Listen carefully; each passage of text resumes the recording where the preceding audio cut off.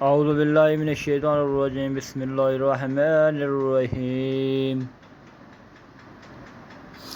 نبی پاک صلی اللہ علیہ وسلم کا حسن و جمال دنیا میں سب سے اعلیٰ اور بے مثال تھا۔ اللہ تعالیٰ نے آپ صلی اللہ علیہ وسلم کو جسمانی اور روحانی دونوں اعتبار سے کامل بنایا۔ نبی کریم صلی اللہ علیہ وسلم کے حسن کا مختصر بیان: چہرہ مبارک۔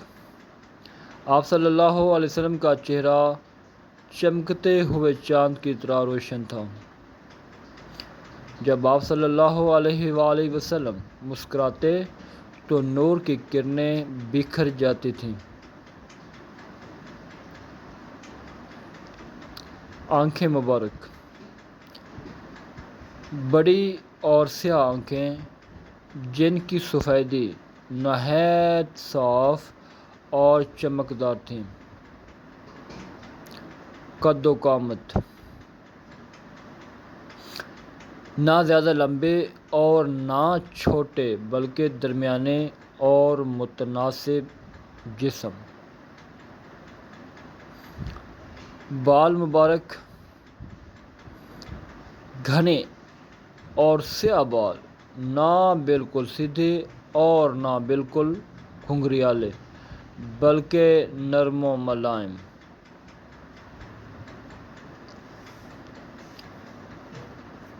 چال ڈھال: آپ صلی اللہ علیہ وآلہ وسلم جب چلتے تو ایسے لگتا جیسے زمین پر بہت سکون اور وقار کے ساتھ قدم رکھ رہے ہوں۔ نورانیت: صحابہ کرام رضوان اللہ تعالیٰ علیہ فرماتے ہیں کہ جب حضور صلی اللہ علیہ وسلم کو دیکھتے تو یوں لگتا جیسے سورج چمک رہا ہو۔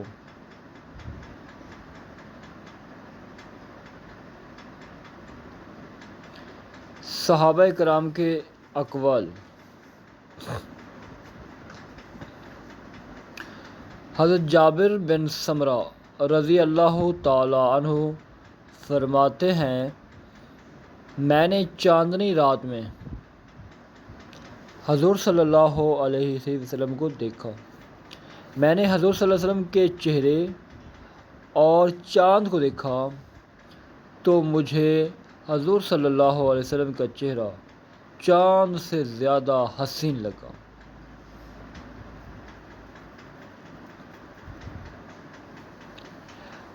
حضرت انس رضی اللہ تعالیٰ عنہ فرماتے ہیں، میں نے ریشم اور ریشم سے زیادہ نرم کوئی چیز نہیں چھوئی اور نہ ہی کبھی کستوری اور عنبر سے زیادہ خوشبودار کوئی خوشبو سونگھی جو نبی کریم صلی اللہ علیہ وسلم کے جسم مبارک کی خوشبو سے زیادہ خوشبودار ہو۔ صحابہ کرام کی گواہی: حضرت جابر رضی اللہ تعالیٰ عنہ فرماتے ہیں، میں نے چاندنی رات میں نبی کریم صلی اللہ علیہ وسلم کو دیکھا تو مجھے آپ صلی اللہ علیہ وسلم کا چہرہ چاند سے زیادہ روشن نظر آیا۔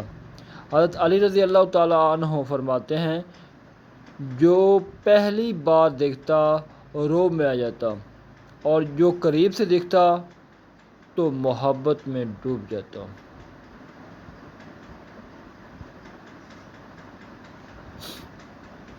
نبی کریم صلی اللہ علیہ وسلم کے حسن و اخلاق کے بے شمار واقعات ہیں جو انسانیت کے لیے روشنی کا مینار ہیں۔ یہاں چند مشہور واقعات پیش ہیں۔ طائف کا واقعہ: جب آپ صلی اللہ علیہ وسلم تبلیغ کے لیے طائف گئے تو وہاں کے لوگوں نے نہ صرف بات نہ مانی بلکہ بدتمیزی کی، پتھر مارے اور لہو لہان کر دیا۔ حضرت جبرائیل علیہ السلام آئے اور عرض کیا کہ اگر آپ حکم دیں تو یہ پہاڑ ان پر الٹ دیے جائیں، لیکن آپ صلی اللہ علیہ وسلم نے فرمایا، نہیں، شاید ان کی نسل سے وہ لوگ پیدا ہوں جو اللہ کو پہچانے۔ یہ آپ صلی اللہ علیہ وسلم کے عفو و درگزر اور رحمت کی اعلیٰ مثال ہے۔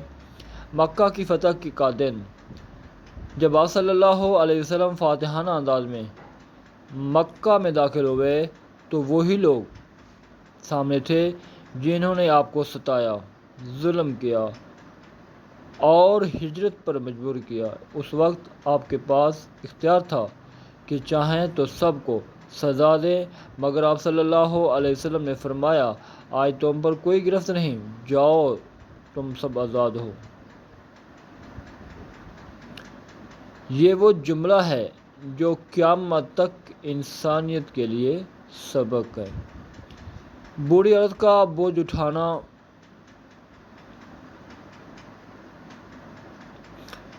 ایک بڑھیا مکہ میں رہتی تھی جو آپ صلی اللہ علیہ وسلم کی سخت دشمن تھی۔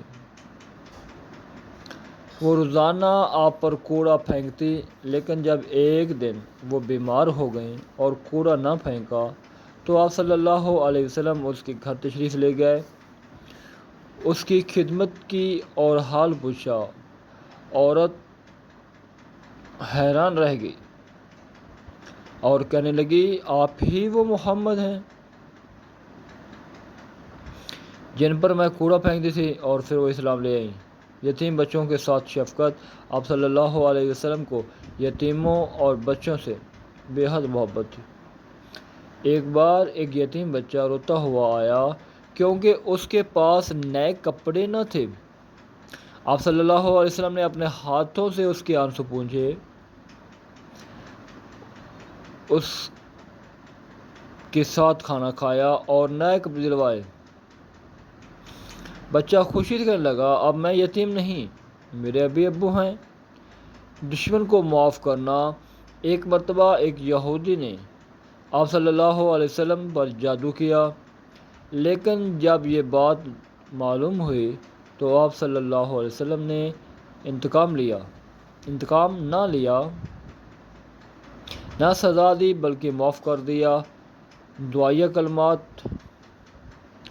اللہ تعالیٰ ہمیں اپنے محبوب نبی صلی اللہ علیہ وسلم کے حسن و جمال کو پہچاننے،